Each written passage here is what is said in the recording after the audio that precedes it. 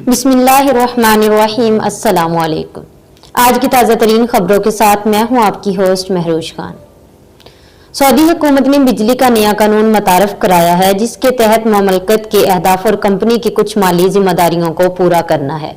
Saudi अरब के नायब वजीर तवानाई बराए अमूर बिजली नासिर कहतानी ने कहा कि बिजली के नए कानून का मकसद सार्फिन को बेहतर खिदमात फराहम करना है ताकि मुल्क के तरक्याती और मुआशी अहदाफ पूरे किए जा सके। नायब वजीर तवानाई ने बताया कि नए कानून का मकसद इलेक्ट्रिसिटी कंपनी की माली जिम्मेदारियां पूरा करना और 2030 के अहदाफ को मुकम्मल करना है। उन्होंने कहा ये नया कानून सार्फिन को महफूज और काबिल एतमाद बिजली की फराहमी को यकीनी बनाता है। इसका मकसद ट्रांसमिशन में बड़े पैमाने पर सरमायाकारी करना भी है ताकि काबिल तजदीद तवानाई के जरिए तक पहुंचा जा सके। 29 दिसंबर 2020 को बिजली का नया कानून और पानी और बिजली के अख्तियार का कानून मंजूर किया था।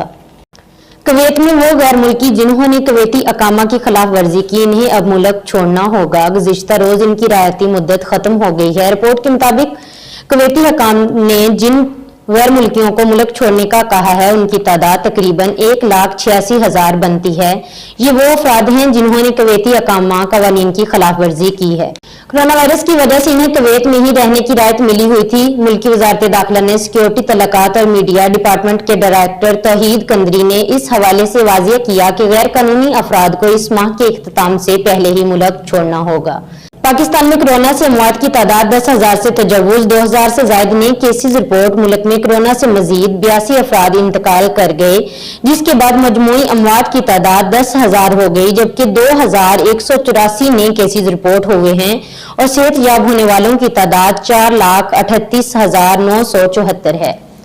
उर्दनी वजारत सेहत ने नए कोरोना वायरस के शिकार होने वाले 3 मरीजों की तस्दीक की है। उर्दनी न्यूज एजेंसी के मुताबिक वजारत सेहत ने कहा कि इससे केवल नए कोरोना वायरस के शिकार 2 मरीजों का भी इंकशाफ हुआ है।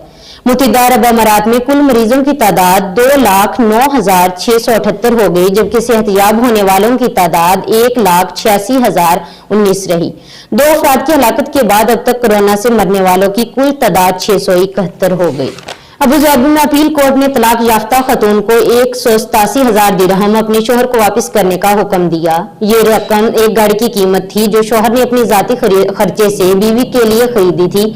फैसले में लिखा गया है कि अगर औरत गाड़ी रखना चाहती है तो उसकी मालियत साबिक शोहर को अदा करे। खातून अदालत की इस फैसले से मुतमईन नहीं हुई और फैसले के खिलाफ अपील दायर की, ताहम अपील कोर्ट ने खातून की दरखास्त खारिज करते हुए पहला फैसला बरकरार रखा।